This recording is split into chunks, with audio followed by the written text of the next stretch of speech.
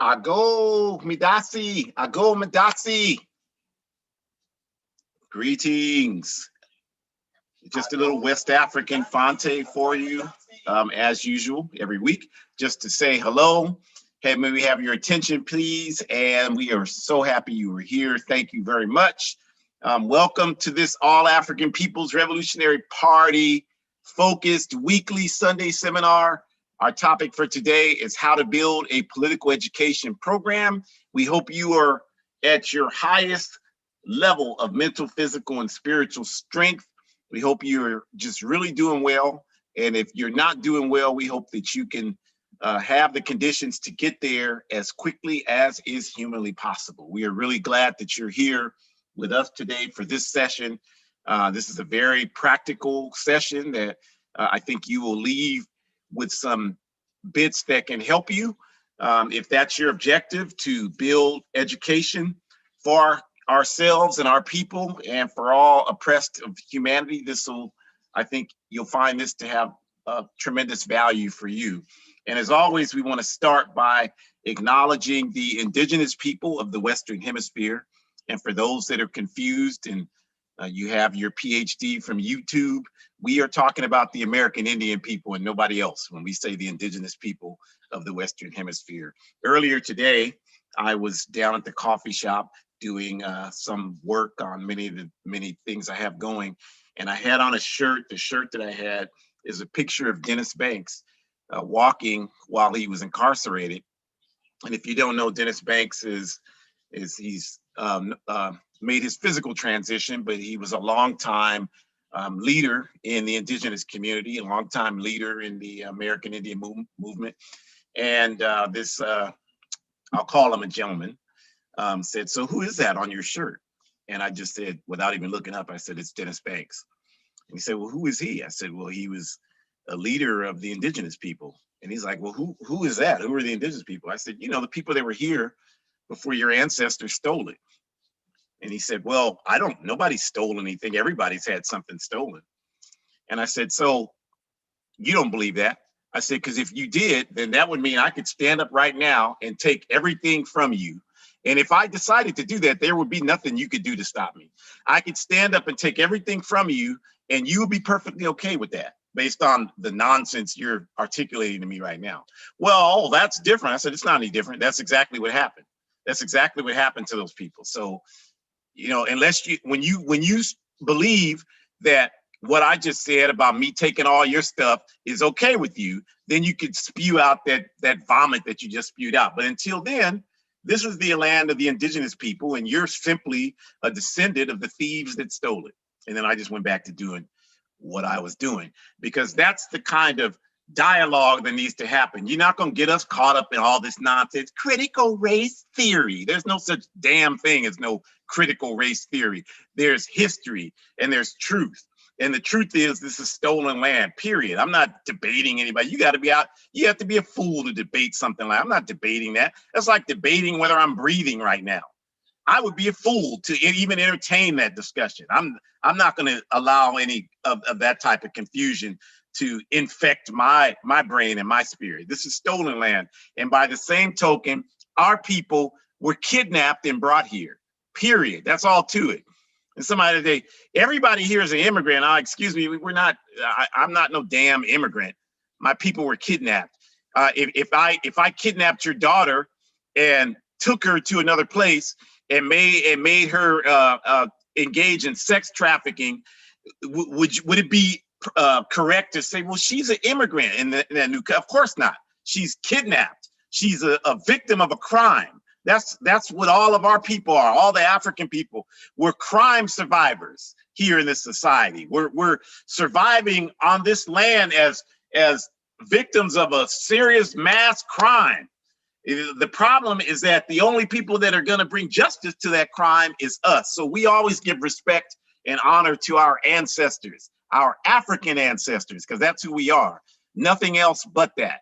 And I don't even know why anybody would want to be anything but that, because to be an African is a wonderful and outstanding thing. And the only Africans who don't agree with that are always, not sometimes, not most of the time, but always Africans who know absolutely nothing about Africa. So we are honored to carry on the legacy to the best of our ability of our ancestors. And we're glad that you're here for this critical program today to help us talk about how we build political education programs for you locally, whatever way you want to do it, to combat this backward system, because we know that this miseducation system here is never educating our children. And we know that because they didn't educate us. It didn't educate us properly. So all they've done is lie to us. That's why you have all this confusion that we're talking about today, is because of the miseducation system. So the only way to correct that is we have to create our own independent math political education program. So that's what we're going to talk about today. And we're just glad you're here to join us while we do that. So first, as always, we just go into our brief intros. My name is Ahjamu, longtime organizer for the sponsoring organization, the All African People's Revolutionary Party, all over the world. And joining me is Shukura, my daughter, who grew up in the All African People's Revolutionary Party's Young Pioneer Institute and now participates in the AAPRP as an adult, along with completing her studies so she can do what she is commissioned to do, which is use her education to advance the struggle for the masses of our people and humanity. Absolutely. And getting back to the AAPRP, All African People's Revolutionary Party, our objective is Pan-Africanism. That's what we're fighting for, which we define as one unified socialist Africa, one unified socialist Africa. And if you want to get just a feel for that, the book on the right, The Handbook of Revolutionary Warfare, written by our founder, Kwame Nkrumah, in 1968. In that book, Nkrumah discusses how until Africa is free, no African anywhere on earth will be free. And to help folks who may not understand, well, I don't know anything about Africa, just think of Marcus Mosiah Garvey. This was a man that gave his life fighting for Africa. He never physically went to Africa. Most people don't know that. They think he was, because of his work, that he was constantly in Africa. No, he never physically set foot on the African continent. So why would he dedicate his life to fighting for Africa? He never even went there, because he understood that it wasn't about him as an individual going to Africa. That's not what this is about. There are many Africans who go to Africa that aren't worth a darn to our people. This is about understanding that our future, wherever we are on earth, and Africa's future are intrinsically tied to one another. So that's what Pan-Africanism speaks to.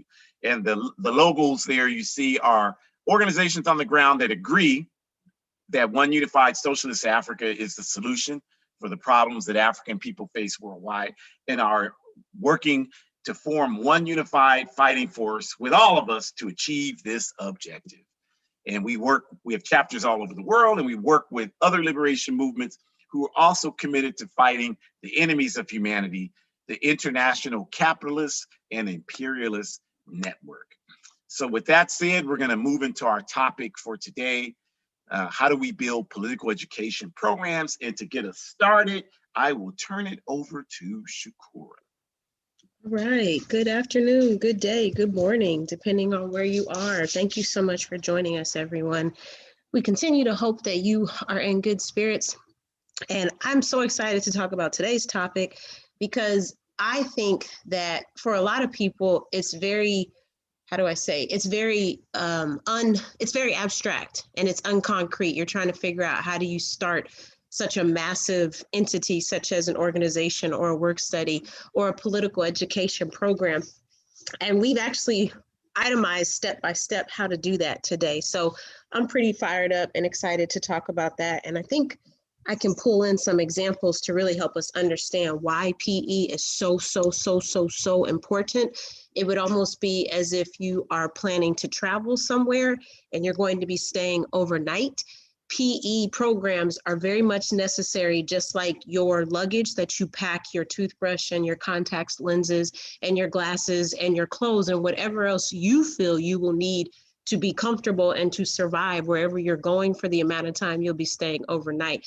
A political education program is the same exact concept as traveling somewhere without a luggage. Like, that's basically how You enhance your comfortability in terms of learning and understanding things, and it's a necessity. You need political education, and you need political education programs. So every single week, we talk about political education, but we realize that we never really took the time to break down what that process actually looks like. The book, A Guide for Organizing Defense Against White Supremacists, Patriarchal, and Fascist Violence, talks in depth about it, but we decided we would take this week to provide a hopefully clear breakdown on what a political education process actually looks like. The key point to start from this is that anyone who believes that you have all the information you need on an individual basis to combat the backward program of this capitalist system, you are fooling yourself. There is absolutely no area of our lives that is not infected with capitalist propaganda. From our schooling, to our jobs, to our faith institutions, to our social circles, capitalist values are everywhere. Individualism, i.e., a lack of faith in people. A capitalist view of the world, as in viewing everything through a commodified lens. All of this reflects this backward reality. The entire point of organized political education is simply to provide a mechanism to combat the backward propaganda and replace it with revolutionary people who have put people first, so people first principles and practices that will advance the culture and place us in position to improve society as a result. So why is it important for us to value political education and to unlearn capitalist socialization that we have been taught for as many decades that we have been on this planet? Well, for starters, it helps us understand that we cannot build a mass unit, a collective organization, if we are not all fighting together side by side. Why is it important that we fight together side by side? Because that means we need to eradicate any divisiveness, siloed culture that we live in now, where we are not on the same terms with people, or we are not on the same grounds with people for frivolous and unnecessary reasons. So if you have a legitimate reason because someone has caused you threat and you cannot organize with that person because you don't feel safe, that is not what I'm talking about. What I'm talking about is not being able to put aside differences for the greater good that will affect the greater amount of people because you feel this way about X, Y, and Z. And I personally want to share an example of how this can get in the way of us organizing in terms of how we think about our future and how we raise our children. So a while back, I shared this with my dad because, as he has alluded to you, we have a pretty open relationship. I met this person that I decided to date. So I'm a cis hetero female, so I identify as she, her. And so I met this man that also identified as he, him. And he told me that he had 2 children, which I didn't have a problem with. But what I was more interested in, of course, was how he was engaging with his children, what kind of political education he himself had. I asked him on our first date, what do you think about capitalism? Because I'm a very intense person and I want to know if I need to bring a child into this world with you, what are your thoughts on those kind of things that are really important to me, right? So asking him questions like that, getting him engaged, trying to pick his brain to see how critical he can be. And of course, he shared with me about his 2 sons. And I thought, that's fine. You sound like you were in their lives as much as you can be. He's picking them up every weekend, taking them, doing things. And then he starts to open up more about his relationship with the child's mother, right? And so this is where we would talk about the problem with divisiveness, because he has so much anger for this African woman. And I'm asking him, why are you so angry with her? And he's telling me, I'm angry with her because she put me on child support. I don't know if you remember this, Daddy. And I said, well, I don't know the situation. I literally just met you. So that's not my place to say why I think she did X or Y or Z. It's not my place to tell you how you should feel about it. But I do want to help you think of it a different way and think about how we really need to think about the system itself and how the system itself, sorry, you all, my washing machine is going crazy, but hopefully it's a little quieter now. We need to think about the system itself and how the system has allowed her to feel like she needs to criminalize you, and the system is very excited to criminalize you because that's what they do for African people, and that's certainly what they do for African men. And he couldn't receive that. He couldn't identify that it was the system. He didn't want to place blame, as he said, on the system. His beef, these are his words, are with her. And so again, my question would be that the system knows that that's how you break people up. The system is very clear. It's not unconstitutional. It's not confused. That's how it happens. So because of that, we need to understand that that's why we need to try to work these things out, especially if we have disagreements and we don't agree with one another about X, Y, or Z. We have to figure that out, because now my concern is, how are they raising their sons together and collectively if they can't even agree on the fact that the system is intentionally targeting them both to not agree on anything, to where they don't want to have any conversations, they don't want to engage. Every time he sees her, he's angry because he has to pay money. Every time she sees him, she's mad because he should have been paying money, because he should have been doing this, because he should have been doing that. So that's all by design. That's not an accident. And just like the FBI and the CIA had targeted ways that they divided up organizations like the Black Panther Party and other such organizations, that's all a systematic approach that we need to not be surprised about anymore. If they're doing it for our organizations that we believe and we trust, like the Black Panther Party, why wouldn't they be doing it for us personally on a personal level in our intimate relationships when we bring children into this world and cohabitate together? So we have to think about that in terms of how that can be problematic, because we can't work together to free Africa if we're not talking, literally, but also if we're not willing to be in the same room together.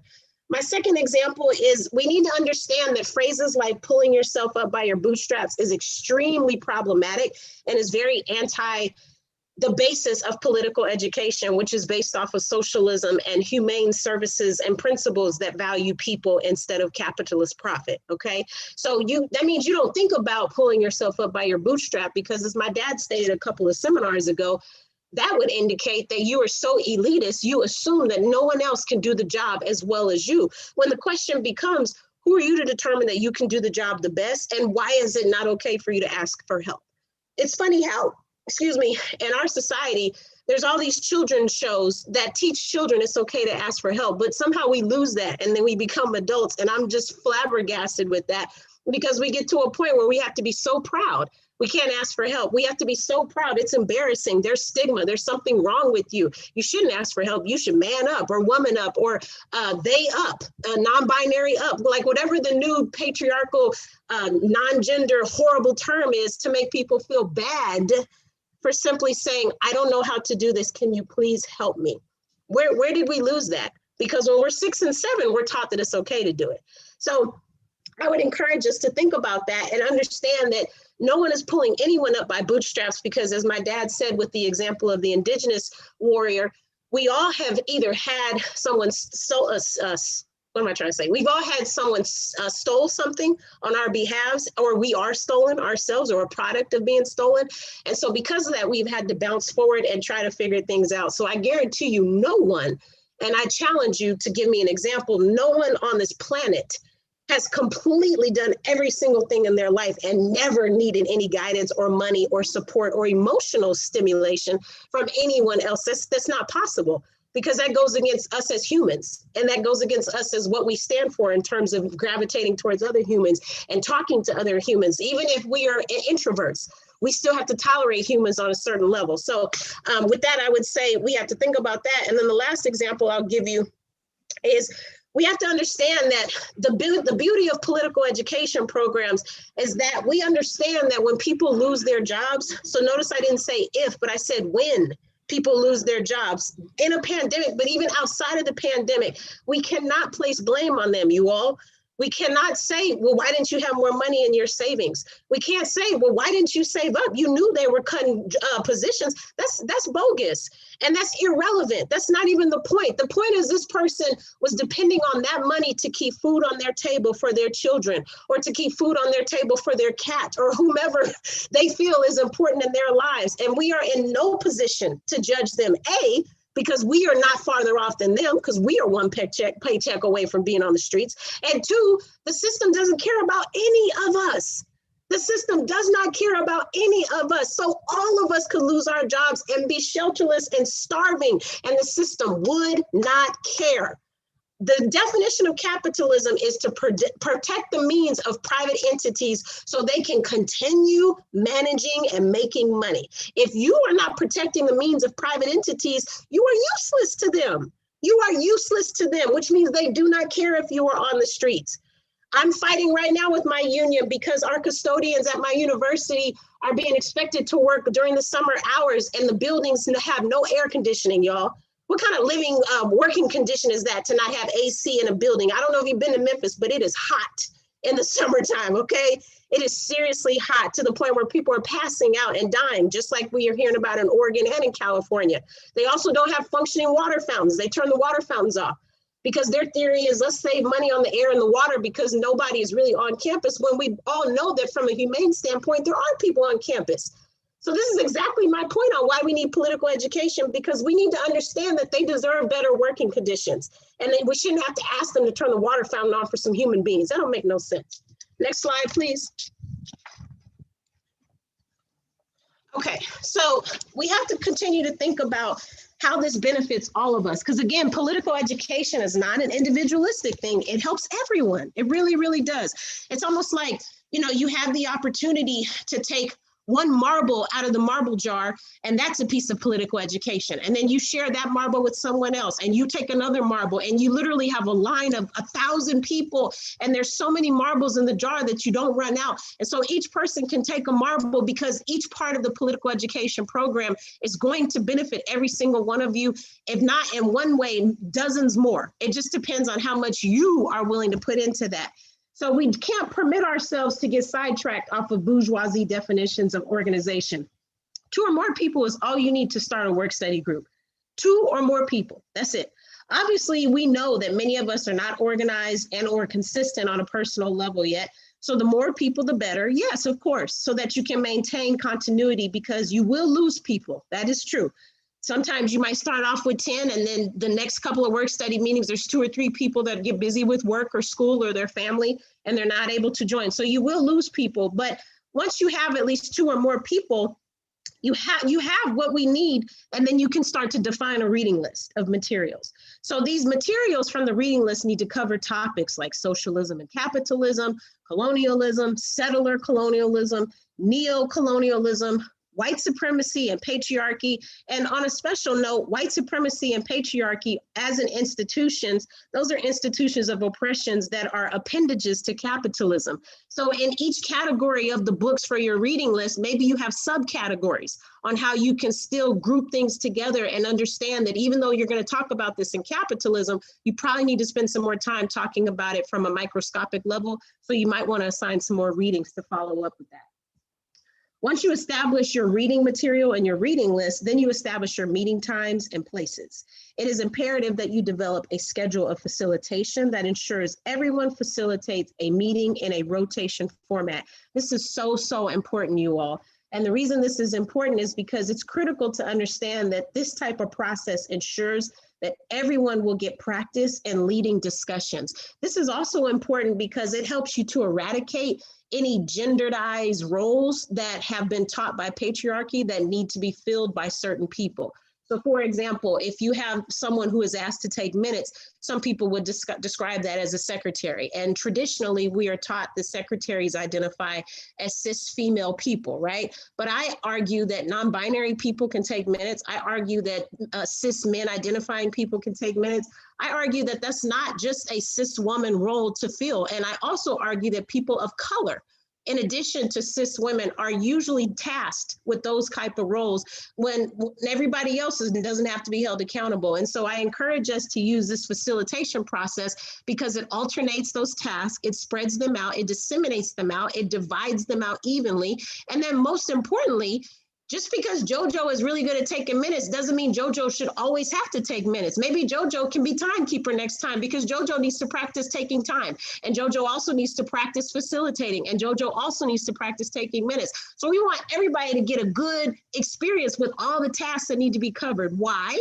because it goes back to our point we made before. When some people are absent from the meeting, you don't want just one person who's only done one task because they may not feel comfortable taking on another one. But in a space where you have complete experience with all the tasks, then people are like, oh yeah, I can take minutes, or oh yeah, I can be timekeeper, or oh yes, I can do world geo, because they have experience with that. And if nothing else, they understand that they need to step out on faith, be a little uncomfortable, and try to gain some experience. Yes, you're going to make mistakes. We already know that. I can't tell you how many mistakes I've made in work study. We'd be here all night. I can't tell you, but I can tell you I try to learn from them, obviously. I try not to make them again. And that's all you can do, because you're doing your best. And that's all we ask. This is an ideological training process that helps us develop our facilitation skills collectively. So that way, no one individual is the only one who starts or dominates the meeting. That's the other benefit of that. We don't want people taking up space, and we want to make sure that people can understand why they need to have experiences for different tasks. Finally, your group should have a project you engage in to permit you to carry out concepts you are reading about. It can be something as basic as organizing and handing out meals, to organizing the type of community defense projects articulated in a guide for organizing defense against white supremacist, patriarchal, and fascist violence. It just needs to be something to permit you and your group to do the actual work you were talking about, since that is the entire focus of the group in the first place. So again, never forget why you're starting the political education process. And don't forget, that means you have to start slow and try to figure out as many ways that you can implement unlearning the values that we have been taught. So not making things personalized, not accusing people because they should have saved more money. No one is pulling no one up by no one's bootstraps, because we all need one another. And last but not least, always having a frame of reference for understanding how the system contributes to something. I don't know that particular brother's situation with his child support, so I can't speak to that. But I can tell you that we all need to take responsibility individually, yes, for how we contribute to situations, but always understand capitalism is always the reason for why the outcome is what it is. Even if you decide not to wear your seatbelt and you get in a car and start driving without your seatbelt, capitalism has caused some way, shape, or form for that accident to stress you out when you realize the other person doesn't have car insurance, even though it may have been your fault. There's always a seat for capitalism at the table. So as long as we never forget that, then that means we need to understand, we need to unlearn, because capitalism has taught us that we don't need to think about other people. Asante Sana.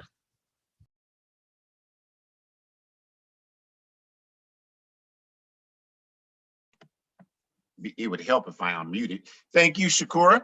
So that's the foundation. What is political education, you all? So now we're going to spend a few minutes talking about how you begin a process. And just want to say on top of that, that when we say political education, in the All African People's Revolutionary Party, we have a work study process.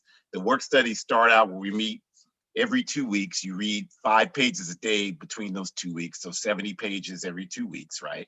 And you meet, and they're assigned book lists. Now, I've been an active participant in this process for 37 years now, but we're not telling you today that you have to join the All African People's Revolutionary Party's work study process. This is not what this is about. A lot of you, to be quite honest, are not ready to join our process. So that's not what we're doing here. What we're saying is that we need political education in the society. So the point of today is to give you best practices for how you can create your own political education process. If you want to participate in our party work study process, we would love to have you. If you qualify for that, if you're African and you qualify, yeah, sure. But this is not what this is about. So don't leave here. Well, all he tried to do is recruit people in his organization. Some of you, we don't really want to recruit you. You're not really ready to do, this is a serious organization and you got to be ready to do serious work. And that's not all of us. We all know that. So yeah, if you want to do that, great, but please don't misunderstand. That's not what this is about today. It's about how to help you develop your own process. But there are some universal things that you need to have in place. It can't just be your own individualistic thing that you just make up as you go. There are certain things that have to exist. And the first point, as Shukura touched on, is that we have to rid ourselves of these bourgeoisie idealist concepts. And what do I mean by bourgeoisie idealist concepts? Well, idealism, of course, is prioritizing the immaterial over the material, or in other words, believing in something that you have no tangible proof about, just something in your head. Like, for example, a good example of believing in immaterial over material or idealism is if you were to believe that you could stand on the ground and just take off flying without any airplane or anything, just you yourself. That would be an idealistic concept, because I don't know about you, I have never known a human that's done that. So if you believe that, I'd have to see that for myself. But until that, I'm going to believe that that's something that's just in your head, where you have decided to overrun the material conditions, which tell us gravity being what it is and everything, that you can't fly, you can't do that. And that you're believing immaterial, that you can just make up whatever kind of reality you want and be Peter Pan, or what's her name, Tinkerbell, one of them. So that's an example of idealism. Now, where the bourgeoisie part of it comes in is that the capitalist imperialist system is the dominant system in power today. So any type of analysis that prioritizes immaterial over material is, like using the example I just gave you about the flying example, then that means nothing is going to happen when you do that. So if nothing happens because you can't fly, then who does that benefit? It benefits the capitalist imperialist system, because that's the system in power. So if nothing happens, that means nothing is going on to confront that system. And that means the status quo will remain intact and the masses of people on earth will be oppressed. So that benefits the oppressor. So that means that it by definition becomes a bourgeoisie type of activity, because it benefits the oppressor, and the oppressor is the bourgeoisie. So that's why we say bourgeoisie idealism. And a lot of us, we're dominated by that, because capitalism wants us to be dominated by bourgeoisie idealism, because, as I just said, as long as that's the case, nothing is going to change. And they don't want anything to change. They want it to continue going the way it's going right now. So we're dominated by bourgeois idealism. And example one of that is that we feel like we have to create unrealistic expectations. Again, prioritizing immaterial over material. So it's unrealistic. It's not grounded in reality. So we believe things like, well, we have to have everything together before we can tell people about it so that they can get involved. You hear this all the time. Well, we don't want to say anything to anybody till we get it together first. We need to be together. Like, we have this concept in our head that we're the ones, what Shukura alluded to, this elitist concept that we are the ones who can really lay the groundwork. Other people can't do that. They're not qualified to do that. We're the only ones that are qualified to do that. So we have to get ourselves to some point of organization before we can even talk to them, because they can't handle it at the stage that it's at right now. And that's extremely elitist. A much healthier and materially based approach is, look, hey, how you doing? How you doing? Hey, I want to do something to combat this injustice and this oppression we're facing. What do you think? Yeah, I want to do something too. Okay, so let's, you and I, just the two of us, start off. Well, there's only two of us. Yeah, I know. Well, do you have ideas? Because I don't have any. You know what? I might have some ideas, I might not. But I think that the two of us together can figure out some things. I know you, like you seem to have, a really grounded foundation in life, and I feel like I do too. So I think if we spend some time talking and brainstorming, I bet you we can come up with some positive things that we can do. Yeah, I think you're right. And, of course, we know, like, everything that we do is going to be dependent upon us, right? We're going to have to make that happen. And we can, we can recruit as other people as soon as we possibly can, because the more minds, bodies, and spirits, the better. That's a much healthier approach. In other words, abandon this concept that you are the one that has all the answers, and you can't appear to be disorganized to people, so you don't want to say anything to anybody until you have the appearance of organization. That's the problem now. Who cares about appearance and symbolism? We're trying to move forward concretely. So don't worry about appearance and symbolism, and base your work on honesty. So tell people, well, do you have this? Do you have, no, we don't have anything. We got nothing. That's why I'm coming to you. If I had it, I wouldn't need to come to you. So I'm coming to you because I feel like if you and I work together, we can develop all those things. That's the honest approach, because what you're doing with this person is you're telling them they need to own the work and become a part of the process. So if you know that and understand what I just said, you don't need to feel like you have to have 30 people to start a work study, a political education program. If you have 2 or more people, you're ready to start. The only thing that's preventing you at that point is the bourgeoisie idealism in your head. Other than that, if you can get through that, then you can start. 2 or more people is all you need, because you're going to immediately start recruiting more people, because you want to get as many people as possible. But you don't need to feel like you have to have some kind of thing in place that looks good before anybody's going to become interested in it. What should make them interested in it is a fundamental desire to do something to combat this injustice. That should be, if that's not the internal motivation they need, then they're not serious about doing this work. So understand that. Okay, the next thing is, once you have your 2 or more people, then you make a commitment on how you're going to move forward. Well, the basics are, we're going to meet once a month. We're going to meet twice a month. We're going to meet once a week. You determine that, and you make it, and what you determine, you make a commitment to it. I mean, commitment is such a dirty word in this work. Everybody wants to run their mouth. Everybody's got a whole lot of stuff to say. You know, people have plenty to say about any topic you come up with. You all that do real organizing work, you know I'm telling the truth. You have a meeting and you're talking about a problem, and everybody in there has an idea about how the problem should be addressed, how it should be resolved, what needs to happen to correct the problem. Then you move the agenda part of the meeting into taking assignments to address all the suggestions that just were articulated.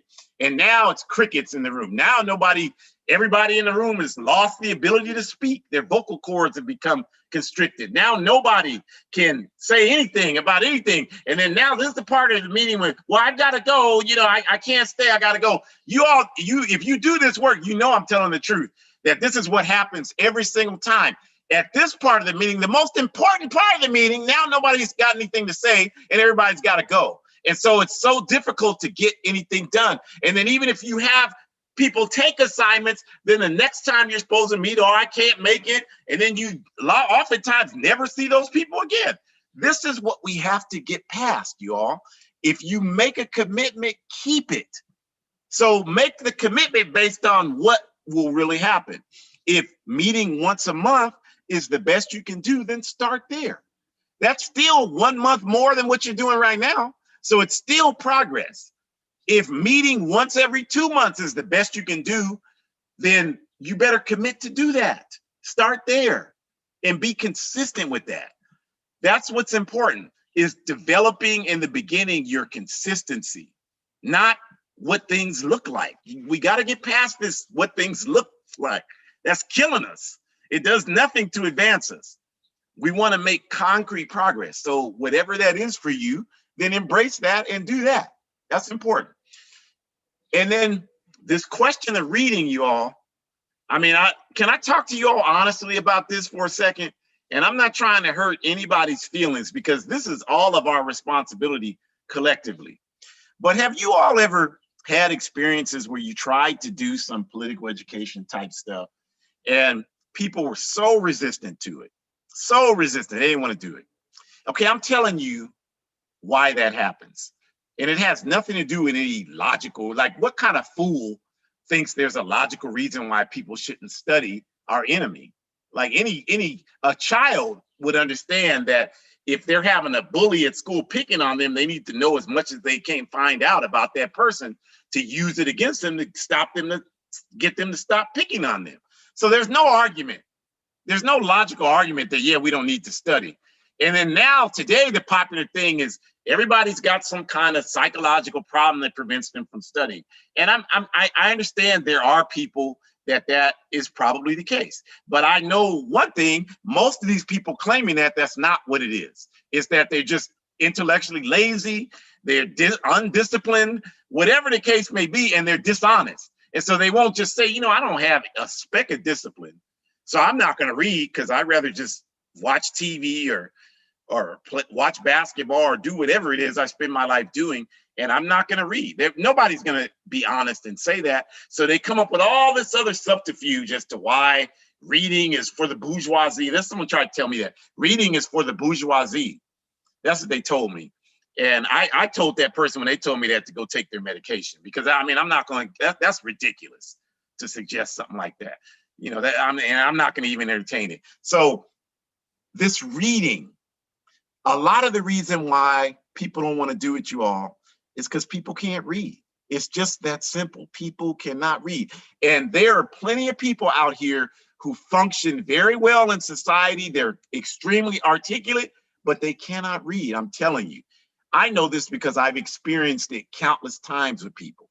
I've seen people get in fist fights to distract from having to read a paragraph. I've seen this happen. I've had to break up fights because of this. So I'm telling you, people cannot read. They don't read very well. And the reason why people don't read very well, most people, I'm not talking about people who have a legitimate issue that prevents them. So please no need to speak to that. You're not dealing with people who don't know what they're talking about around this issue on that. So please save that for someone that needs that. We're talking about the majority of people out here have no physical, mental, or spiritual reason why they can't read. They just don't want to do it. And because they don't want to do it, they don't practice it. And because they don't practice, they don't know how to read. It's just that simple. If you want to test that, have people read something, read a collective thing out loud, and you'll understand clearly what I'm telling you right now. You'll see how much people struggle. And that's not a put down of anybody. It's just you can't correct the problem until you acknowledge it and point it out. So what I'm saying is that we need to develop a systemic campaign where we teach people how to read, where people are comfortable reading, because once people are comfortable reading, then we can get past all this BS and start building real political education processes instead of all this, well, books are for the bourgeoisie. I don't want to read. Reading, that's a white man's thing, all that nonsense. We can get past that because now we're addressing that you just don't know how to read. And so because you don't know how to read, you develop this thing when you were in grade school where you started clowning and doing all this stuff to distract from the fact you don't know how to read, and you're still doing that as an adult. We can get past that because we're not playing the childhood games in school. We're fighting for our survival as human beings now. We got to get people ready and able to engage in the type of information we need on a mass level so that we can wage war against these beasts and win and build a better society. We need people to do that, millions of people. So we got to teach people how to read. So the first conversation that you need to have with people, you can have it one-on-one, you can have it whatever way is comfortable, but we got to assess people's ability to read. And we got to create an environment of safety where people feel comfortable saying, you know what, I want to do this, but I'm not that good at reading. There's no crime in that. Someone says that, that's a beautiful thing. There's no crime in that. We're not the capitalist system where we're going to put you down and judge you because you're not imitating the actions of the bourgeoisie. That's not what this is about. This is about trying to get us all moving in the same direction. So once somebody says that, then we can set in place processes. And those of us that do this work, we can give you templates on how to teach people how to read because we've done this. So all of this stuff has to happen. These are the initial things that need to take place. So now you've got 2 or more people, you've got your time commitment, you've decided that, you've got, everybody, has a process for how we can get people reading, how we can help people who have challenges reading, get better at it. We've got all that going. All right. So then we have to do what Shukura talked about. We have to set up a process where people rotate responsibilities. And everything she said is true. But another very critical reason for rotating facilitatorship is that this capitalist system, it is outstanding at diminishing people's capacity to believe in themselves. This system is unmatched in making people feel like they have no value on earth. And so when we have a political education process where we have 5 people and someone who Never, and I've had this experience countless times, you all, for decades. People have facilitated a meeting and they will tell you that's the first time I've ever done. I've had people in their 50s facilitate a work study meeting of 3 or 4 people. We're not talking about 100 people. And it was so self-esteem lifting for them to do that. And they told me, I've never done that before. I never thought in a million years I would read something with other people and I would create questions and I would guide a discussion from a book. They've told me that. So now their self-esteem is bolstered. So now we have the conditions where if we just continue doing this, we can create collective leaders. And if we create collective leaders, we will be unstoppable. That's the whole point of political education. That's why it's so important to rotate responsibilities. Everything Shukura said, but also because we've got to get people to understand that they have value. And if they're placed in the right condition with the right support, they can do anything. And that's the important thing about this fight that we're waging. So all of these things are important beginning stages to setting up your political education process, and then using the criticism, self-criticism tool that I talk about in the book. But we'll get back to that in a second. But the point here is that you have to be committed to fighting liberalism. And I know, this capitalism, so, everybody's trained from CNN and MSNBC and Fox and all that nonsense. And so when I say liberalism, people, well, the Democrats are the liberals and the Republicans are the conservatives. We're not talking about that bourgeoisie nonsense. We're talking about the actual colloquial term for the word liberalism, which means when you are not willing to engage something honestly. Passive aggressiveness is a liberalism tool. You will not engage something honestly. So you have 3 or 4 people in your group and nobody reads, and it happens over and over. And people tell you, because, this is what happens in this society. Well, I didn't read, I had to work, they're killing me at work and I had to take care of my kids. This kind of stuff people always say. Like revolutionaries, no revolutionaries have kids. They're the only ones that have kids. No revolutionaries have jobs. They're the only ones that have jobs. They sit in meetings with people who have children, jobs, and more responsibility in one finger than they have in their whole life, and still feel comfortable in this liberal environment saying something like that. And we have to create a culture where that's just not gonna be a go. Like, okay, you got kids. I do too. And I still get my reading done. So let's talk about, there's some ways we can talk about how maybe some of the things I'm doing can help you get your reading done. Or even if what I'm doing won't help you, maybe some other things can help you. And that's what we mean by criticism, self-criticism. That's what that is. You have to be willing to do that. And the reason why you have to be willing to do that is because you're going to have tons of obstacles filming a political education process. Because again, this whole system is structured based on us not doing that. And so people have all these self-esteem issues, all this stuff that capitalism has imposed upon us. So they're going to try to do everything they can to avoid putting themselves in a position where they're going to be embarrassed, because they get embarrassed every day in the system and they don't want to do that. So they're going to do everything they can to avoid that. So you're going to have obstacles. There's no way around it. So you have to be prepared. If you're a person that the minute you have an obstacle, you get overrun, then you may just leave this alone. Do something else, like play poker or dominoes or whatever else you can do. You cannot do this kind of work because you're going to have obstacles. And if the minute obstacles come up, you're done, then you don't even waste your time, and certainly don't waste our time, because that's just what's going to happen. You're going to have that. And some examples of that are people are not going to be consistent. They're not going to show up. They're not going to read. They're not going to participate. They're not going to do that for all the reasons I'm talking about. So you have to have a process where you can follow up with people. And my rule is 3 and out, I call it, because I'm a baseball player of old. 3 and out. Okay, so what that means is I'll call you, you don't come, I'll reach out to you 3 times. And I don't just mean sending someone an email. Like, make a serious effort to reach out to them. At least a bare minimum, a text message. Like, hey, we missed you. What's going on? And if after 3 times they don't respond, then, it's time to move on. but make that effort. Most of the time, we don't make any effort. People don't come and we don't even reach out to them. We just figure, because we have this individualistic methodology in life, and we like, I got to deal with myself. I'm sure they doing whatever they got to do with, but that's not how we're going to be able to move forward. We have to collectivize our efforts. So make that effort to reach out, make that, and not just, it shouldn't just be you, it should be everybody in your group. So if it's 3 people, 2 people should be reaching out to the one that's not there. 3 times each, you should do that. And I guarantee you, at least you'll get an answer if you don't get a response from the person coming to participate in the group. So that's important. And then the next thing is, again, we talked about criticism, self-criticism, is that you've got to be willing to be uncomfortable and raise truths with people. You've got to be willing to do that.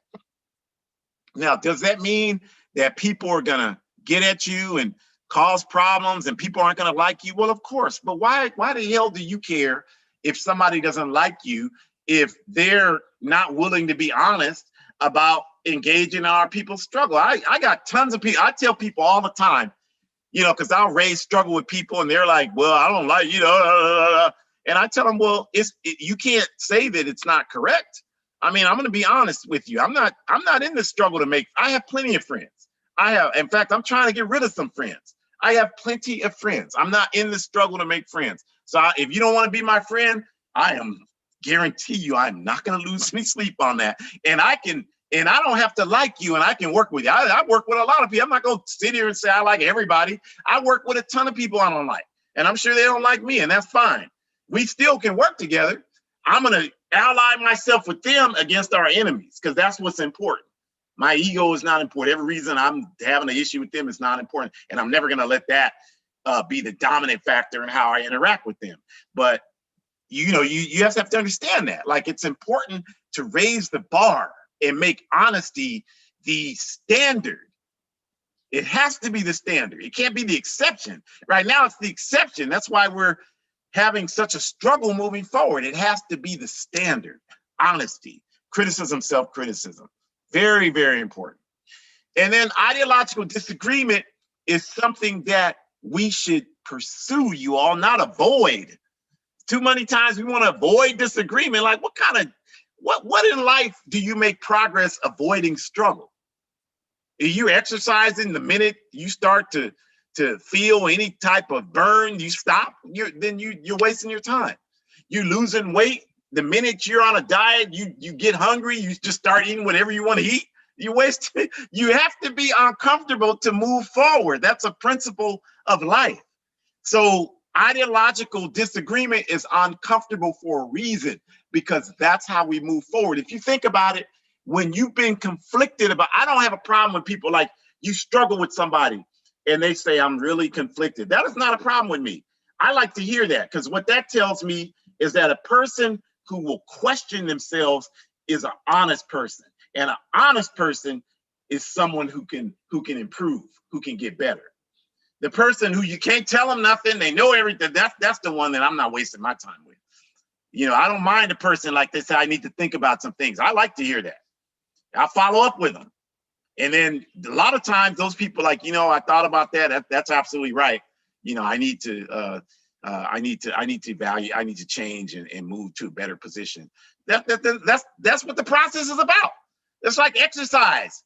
You lift away, you struggle, and then one day you can do it because you kept trying. So that's what ideological struggle is. So we shouldn't be afraid of that. Don't buy these capitalist lies. We have to fight and learn how to do that. And then, political education, again, we want to whet people's appetite for ideological development. So once we help people learn how to read and get them accustomed to doing it on a consistent basis, then they'll do it on their own. They'll do it with other people. They'll make that a part of their everyday life. And then if you imagine, if we had millions of people doing that, just by that by itself, our quality of life would improve, because people would know a whole lot more. It wouldn't be so easy for people to be fooled by symbolism and all this other stuff that people are fooled by because they're not engaged in anything. So this is how we move forward. If we just start to take these baby steps, you all, that's what we have to do. So there on the left, I have the All African People's Revolutionary Party's ideological training guidelines. It tells you how to set up a work study circle group, a political education group. And you all can, we will share that with you. You don't have to join the party. I know some people are scared or whatever their problem is. We're not, again, that's not the point here. Like, we're trying to get our people engaged in political education. So you just use the template, just reach out.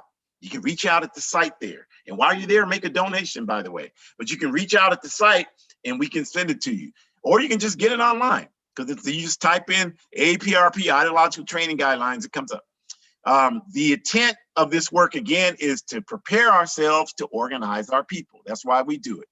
And because of that, you're going to make so many mistakes. As Secretary said, the African whose picture you saw on the last two slides, the only people that don't make errors are people that don't do anything. So if you're making errors and you're sincere in your effort, you have nothing to worry about. Because another thing Secretary taught us is that quantity makes quality. The more you do something, the better at it you get. And that is universally true. And also, as Comrade Fidel Castro told us correctly, sincerity is the only requirement for leadership. Sincerity, you all, is the only requirement. It's not knowledge, because you can gain knowledge. You go through these steps we just went through, you're going to gain knowledge. Anybody can do that. That's not any special person that goes through those steps that gains knowledge. Everybody can do that. Anybody can do that. But you cannot teach someone sincerity. That's something that has to result from an internal dynamic within you. It has to be your drive for honesty and integrity and having the courage to achieve those things. Nobody can teach you how to do that. You have to want to do that yourself. So I believe Fidel Castro was 100% correct. I'll take 1,000 people who are sincere that don't know anything over 3 people that think they know everything. That's just a no-brainer to me. So don't worry about what you don't know. That's not the point. That's why you're engaging in political education. You will know if you do that. And again, as we said, we'll give you our template to help you to learn how to do that. We'll help you do that. There are people on here who I had participated and done that for, and they didn't join the APRP. And some of them were not even African, so they couldn't join the APRP. So please don't leave here and think that and say that, because that's just not true. We're trying to get our people engaged, and all other people who believe in justice, in doing this work. That's the main thing that we're doing here with this conversation. And whatever tools we have to help do that, that's what we want to use them for. And that's all we want to use them for. So again, if you all do this work, you know that we got a lot of people that talk. We got a ton of people that talk, and we don't have nearly as many people who do. And so this is an easy bridge between the two, the talk and the doing, because we just start you off with engaging in some study around these concepts. And anybody can do that. And again, we're not telling you how to set your group up. You set it up the way you want to set it up. We're just telling you that it's something you need to do. And in terms of what books you have, you can decide what that is. We can help you with that if you need it. We've said that 1,000,000 times. We'll say it 1,000,000 more. We can help you do this, but we just can't do it for you. You have to have the desire to make it happen. So hopefully this session today has inspired people to say, hey, I want to start a study group. I want to do this. And I just don't know how I'll make it happen. Then reach out. abetterworld.me. It's right there in the middle of the page on the left. Drop a donation while you're there. You don't go to the capitalists and expect them to do everything, and they're trying to profit off of you. You come to them with your checkbook out, and then when you come to us, you want us to give you the whole world, and you don't want to contribute anything to our work. And we're not even profiting off of you. We're using what you do to provide our basic needs so we can continue doing it. So don't be so stingy. Help the people help themselves. So go to betterworld.me, reach out, get that help, donate. Go to aprp-intl.org, donate, and join the All African People's Revolutionary Party. And we've got all these podcasts coming at you that you see there. Pontula, Forward Ever, Revolutionary African Women. We have our comrades in New Mexico, noon. It's noon on Thursdays, the newscast every week. Next week, we'll be doing our 76th broadcast in a row, 76 consecutive weeks of doing this.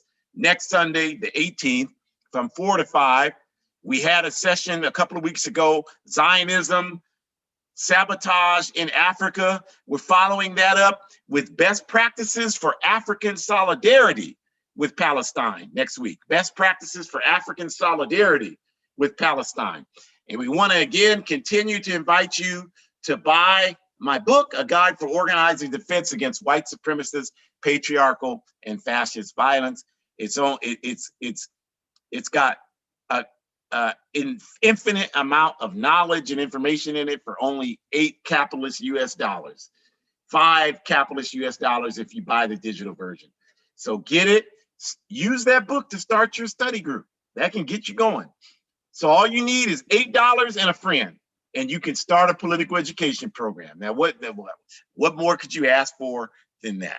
We appreciate you spending your time with us today. We hope to see you at this one and others this week. Join Hood Communist Telegram event this Thursday at 4:30 Pacific time. We're going to be talking about African identity. Just sign up for Telegram. It's a free application. You can get it. You want to do that? We do it every other week.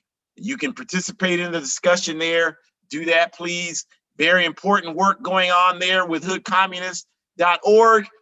So we invite you to participate. Please do support independent, revolutionary African analysis. If you don't do it, I don't know who the hell else you think is going to do it. So we need you to do it and spread the word, please. Thank you. Thank you for joining us. Forward ever, backwards never. Always stay clever in each and every one of your endeavors. Capitalism is a vicious backward system. It's got to go. White supremacy has got to go. Patriarchy has got to go. Homophobia has got to go. And you already know Pan-Africanism, faux show. See y'all next week. Have a good rest of your Sunday afternoon.